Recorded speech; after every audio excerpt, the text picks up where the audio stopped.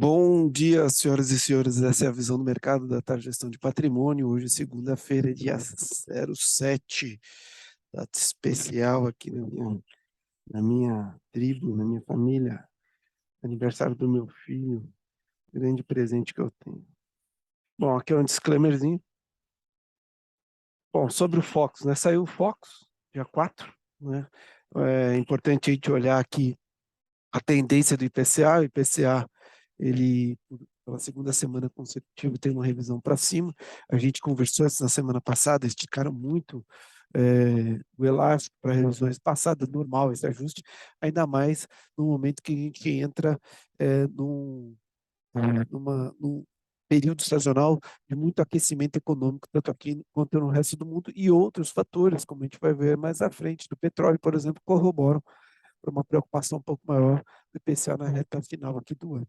A gente já tem o PIB estacionado pela segunda semana consecutiva em 2,76. Eu acreditava, inclusive, que a gente teria um ajuste do PIB, continuaria a revisão do PIB para cima, mas vamos aguardar. Aqui o câmbio, 15ª semana estável, lembrando que o câmbio na semana passada fechou abaixo de 5,10, e agora tangencia aí aproximadamente 5,12, ou seja, mesmo uma realização bem forte no mercado à vista de câmbio, a gente manter a estabilidade das expectativas. E a Selic estável pela 20ª semana consecutiva. Tá? Bom, narrativas do mês, nada muda, né? Para o mês, ainda tem Covid, que para a China é uma preocupação, guerra na Ucrânia com a Rússia, dados das empresas americanas, 34% vieram pior do que o esperado, 66% melhor do que o esperado, o resultado vem se deteriorando, essa diferença, né? Ficando muito próximo do resultado do último trimestre divulgado. Então, a gente tem alguns dados não muito bons aí no setor empresarial americano, e aqui no Brasil, a gente também não tem dados que estão muito bons, né? Embora são poucas empresas divulgadas aqui, a gente tem 45,8 com 54,2, né? Fiz uma lambança aqui, né? Fica difícil ver, mas está aí para a gente poder conferir, tá? Então a gente tem aqui 45 com 54, né? Ainda assim não tão bom quanto era de se esperar. Bom, aqui na agenda, na semana passada, saiu ganhos médios por hora de trabalho, 0,4, ou seja, uma pressão sobre o preço, né? Salário médio por hora veio em linha, relativamente um pouco mais baixo do que o anterior, porém, está aqui, né? Ganhos médios por hora no mês de outubro foi ligeiramente maior. Tem aqui a taxa de payroll, né? Veio relativamente mais forte, a taxa de desemprego, né? Deu uma pequena elevada, o que é relativamente bom até para o mercado, mercado americano, né? A situação que o mercado americano vive nesse momento, né? Porém, a gente vê aqui uma preocupação ainda com relação a preços, principalmente quando a gente olha ganhos médios de salário por hora subindo no mês, né? Taxa de desemprego no Canadá segue também em patamares bem baixos e caindo. Aqui a gente tem os dados de balança na China, não vieram tão bem quanto vocês podem dar uma olhada. Produção industrial na Alemanha veio ligeiramente melhor do que o esperado. Acho que é por isso até que o mercado europeu, de uma maneira ou de outra, está um pouco melhor. Tá? Aqui, bom, nada sobe em linha reta, assim como nada cai em linha reta, né? A gente fez aqui um bloqueio, você vê que no caso do Nasdaq já chegou praticamente ao fundo anterior, uma preocupação a acompanhar, né? Os demais indicadores até que ainda não, mas vamos ver se essa semana é decisiva, se ele perde essa mínima ou se ele supera essa máxima, os principais indicadores para a gente ver qual que é a tendência, se ele muda a tendência e começa a fazer topos de fundo crescente. Por hora, ainda o viés negativo, ainda mais com espaço muito grande para a realização da taxa de juros, né, americana. Tá? E o índice europeu relativamente melhor, mas ainda longe dos topos anteriores, como a gente acompanha por aqui. VIX na casa dos 25, o bom para o nosso mercado, traz um pouco aí de segurança diminuição da volatilidade. Base do petróleo, que é ruim para a inflação e, portanto, está pressionando todos os demais mercados, é o petróleo, né? Subindo aqui, tocando aí próximo ao topo anterior. Eu tenho falado para vocês que eu espero ver o petróleo, infelizmente, na casa dos $100, e o que é ruim para a nossa economia ou para a economia no mundo, dado que o petróleo está no início da cadeia, né? No topo da cadeia da inflação, né? Aqui as taxas fecharam semana passada, abriram, perdão, novamente semana passada, pressionando mais um pouco aí a dívida americana. O ouro parece ter encontrado aqui uma região de fundo, né, podendo aí talvez dar um repique um pouco para cima, né?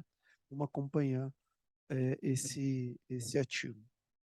Bom, as bolsas asiáticas, europeias, futuro americano, tudo no campo positivo, né? CDI 5 anos brasileiro realizando, caindo forte, bom. Taxa de 10 anos estava 4,17 semana passada, né? 4,14. Bitcoin acima dos 20,5 e Ethereum acima de 1,5. Né? Então, muito bom aí para o mercado. Acho que o mercado mostrando aí que tem uma tolerância a risco um pouco maior.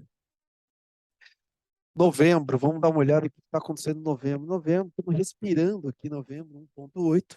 Né? Tivemos um dia de 1,8 valorização no mês, levando o ano a 12,72, ainda longe dos 14,46, mas eu acredito que a gente tem condições de ver um mês positivo e um ano até positivo, se nada acontecer de novo aqui no mercado interno em termos de notícias. Aqui a gente tem os estrangeiros, tem um estoque bem positivo no índice e diminuíram um pouco essa posição na sexta. Os nacionais têm um estoque negativo e também diminuíram um pouco na sexta-feira. Já o câmbio, os estrangeiros têm um estoque negativo, diminuíram bem essa posição, já os nacionais também têm um estoque negativo e aumentaram bem essa posição, né? Perdão, aqui aumentaram também, né? Aumentaram, ambos aumentaram a posição no estoque negativo aqui. E aqui a gente tem o índice, né? Tentando testar aqui, terminando a semana, tentando testar essas máximas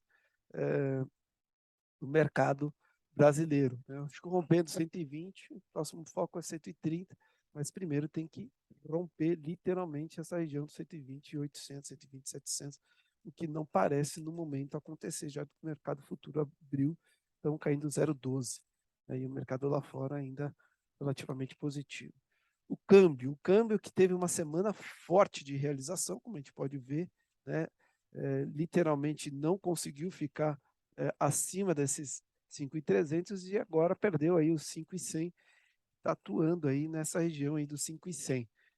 Olha só, uma queda forte aqui.